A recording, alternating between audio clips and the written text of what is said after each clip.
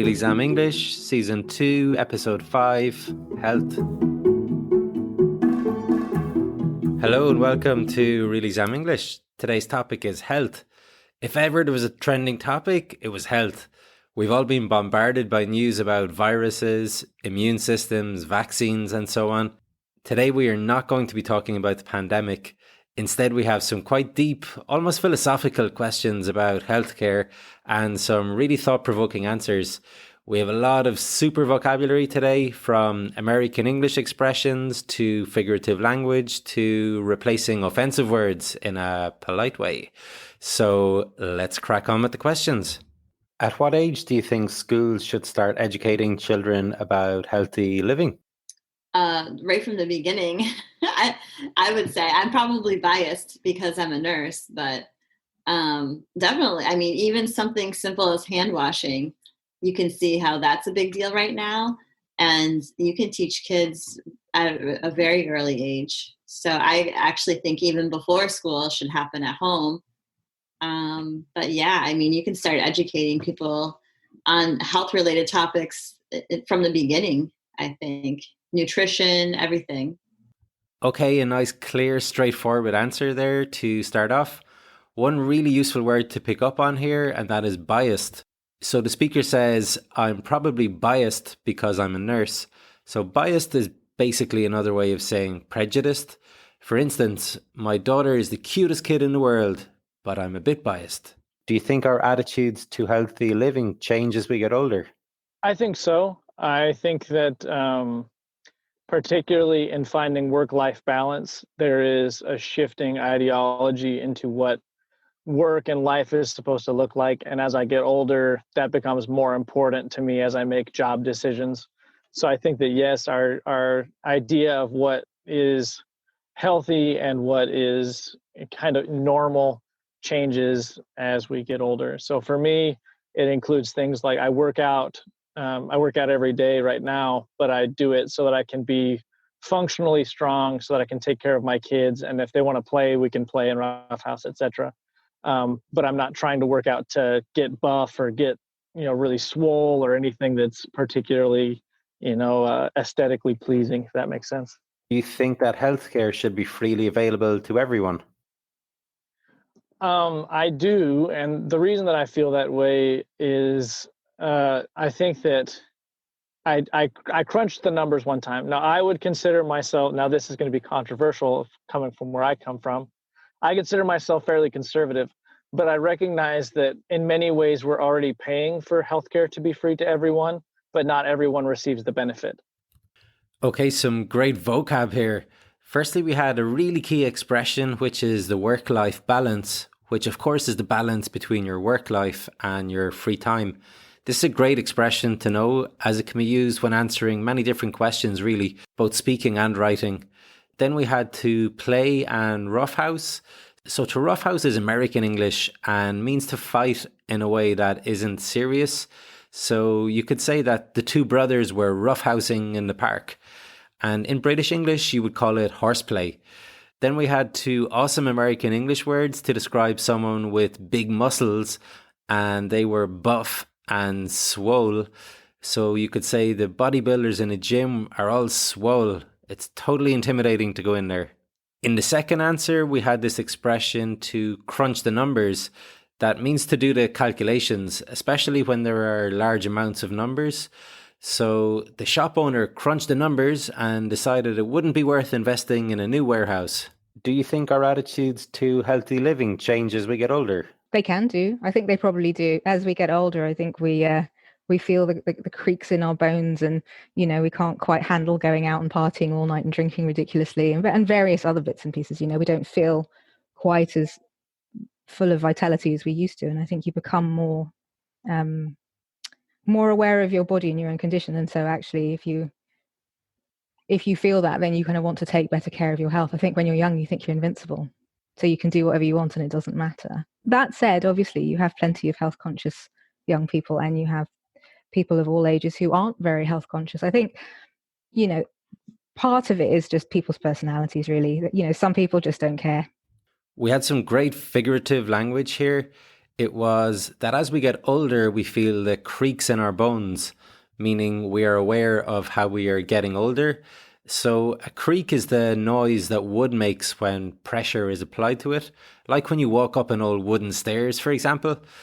Now, obviously, your bones don't actually creak when you get older, or they shouldn't anyway. So the meaning in our expression is different from the literal meaning of the words, which is what figurative language is, and it's a super way to impress an examiner. Another example would be, they made a monkey out of her, which means they made her look like an idiot, not like a real physical monkey. So think idioms, similes, metaphors, hyperbole, that kind of stuff, particularly if you're at a C2 level, but also if you're looking for a good C1 mark. Do you think healthcare should be freely available to everybody? Of course I do. Why shouldn't someone be entitled to free healthcare? What possible reason could there be to not help someone that needed help? There's no possible humane reason to refuse healthcare. No, you'll never convince me otherwise. How far do you agree that you have to spend a lot of money to stay fit and healthy? I disagree.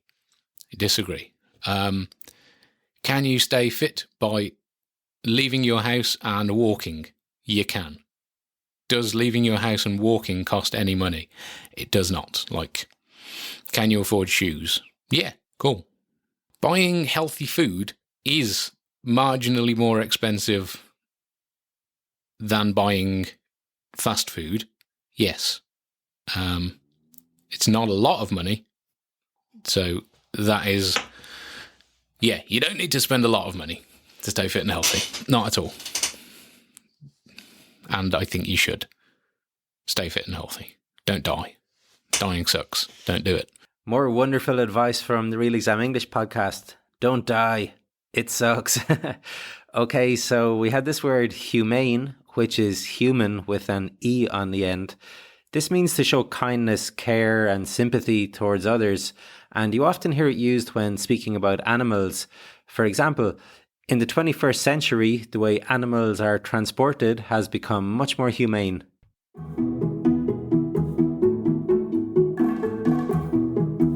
For transcripts of the podcast, please go to the Real Exam English website. That's realexamenglish.com.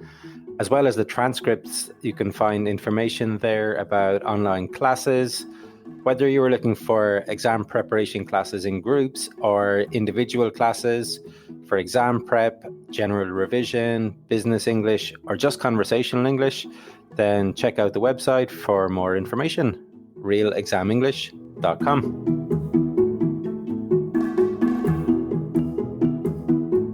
Modern medicine is making it possible for people to live longer. Do you think this is a good thing? I think it is a good thing if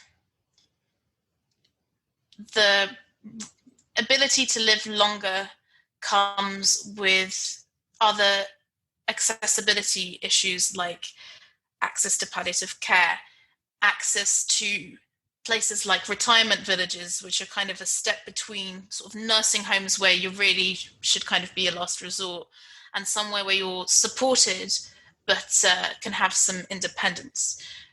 While I like to think that I would love to live to a very long age, I would only want to do that if, I had the money to look after myself and if I had people around who would be able to help me. So I think it's something that we should strive for, but there's other things around it that will make living longer much more tolerable and more possible. Some people say that laughter is sometimes the best form of medicine. Do you agree? I think that's true up to a point. I'm someone who loves comedy, loves fun. I have a sense of humor, and fun is very important in my life. I seek out whatever it might be, funny books, comedy specials, things that make me laugh. And I've never been much of a perfectionist. I think those attributes make me happier than a lot of people I know. In the first answer, we had some super vocab that can be used when talking about old age. We had retirement villages, nursing homes, and palliative care. And we also had this great expression to strive for something. This is an excellent one to know because it can be used in a lot of situations in an exam. I'm thinking writing in particular. So to strive for something means to work hard to do something, especially for a long time or against difficulties. So for example, if you are writing a proposal, you could say something like, it is crucial that the students strive for the highest grades. The second question was, some people say that laughter is sometimes the best form of medicine. Do you agree? And the speaker said, I think that's true up to a point. This is a nice way of saying that you partially agree, and you need to know one or two of these expressions for the exam. So you can say, I partially agree, I agree in part, that's true up to a point, or I agree with you to an extent. There's a few of them, but make sure you know and practice a couple of them to be able to show the examiner that you can disagree politely. Do you think that healthcare should be freely available to everyone? I do, if you pay enough taxes. I think it should be available to everyone, but I think in those countries, taxes should cover a decent level of healthcare. And if there aren't enough taxes to cover a decent level of healthcare, then other arrangements need to be made within a society. I definitely don't. I think that the availability of free healthcare in Ireland, you get free healthcare if you don't work, if you don't have a job, if you don't, if you rely on the state for benefits. But you do have to pay for it if you work and pay taxes and have a job. And so I don't think that's right. I think that it's hard to get it right. I think that there should be a high level of healthcare for a high level of taxes. And arrangements should be made that are fair for people that don't work, fair on the rest of society, I mean, not on the people who don't work, and on the people who don't work, but fair financially on the rest of society. Modern medicine is making it possible for people to live longer. Do you think this is a good thing? Yes, but I think the limits have to be recognised. I think it's a good thing that we're improving our health and living longer in that way. Extending your lifespan is a kind of a different issue. Extending your lifespan when your quality of life may not be what is deemed a good quality of life to live with isn't ethical. I think it's very individualized area for every condition and every person. But definitely, I think it's better that we're improving the health of the nation and that we're getting results from it, so long as that quality of life is a good quality of life that you end up with. A nice phrasal verb there at the end, which was to end up with. If you end up with something, that means that you finish with something or someone. An example of this would be, after my classes with Trevor, I ended up with top marks, and after celebrating all night, I ended up with a hangover. Also in the last sentence, we had, so long as the quality of life is good, which is the same meaning as long as the quality of life is good. So you can substitute as with so in some idiomatic expressions, like in our example, as long as or so long as. And you can also substitute as with so in negative comparatives. For instance, instead of my dog is not as big as yours, you can say my dog is not so big as yours. Keep an eye out for this if you have to do Cambridge use of English tasks. It can come up in parts 2 and 4 particularly. Do you think it's good for our health to take regular holidays? I do agree with that, because it gives you a time to kind of check out and just enjoy yourself, take care of yourself, have fun.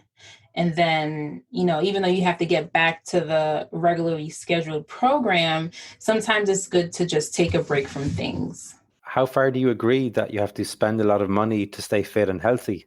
Oh my gosh, absolutely not. No, oh my gosh. I hate seeing all of those flat tummy teas and everything that people sell to help people lose weight. And it's like, I watched some documentaries about how food is processed, how food is farmed and everything. And that changed my way of eating and my lifestyle. And I didn't need any pills. I didn't need any equipment. I just needed my mind to change and food to change and start moving more. And that's it. I don't believe that you have to spend a lot to get healthy or to get fit. Damn right. Okay, so the second answer here starts with, oh my gosh. So, oh my gosh is a more acceptable way of saying, oh my God, which some people might not want to say because they see it as blasphemous or rude. This practice of replacing an offensive or taboo word with a misspelt or mispronounced word is common in many languages. Like in Spanish, you would replace joder with jolín or jope. Other examples in English are geez or jeepers instead of Jesus. Instead of fuck, you would say feck or flip. And instead of shit, shoot or shucks. Now, obviously, you shouldn't be using any of these in an English exam, but you will hear them all the time in real life, so they're good to know. Geez, that's time already, guys. Hope you enjoyed today's episode. We covered a lot of different stuff. As well as thinking about how you would answer the questions that you heard today, then make sure you have some vocabulary about COVID too. Things like lockdown, quarantine, face masks, curfew, etc. It's so ubiquitous that this is vocab that may be useful in many different speaking questions and writing questions too. You should also ensure that you practice partially agreeing and figurative language. We got to strive for top marks in our English exam, right? Okay, guys, I'm going to get the flip out of here. All the best. Trevor.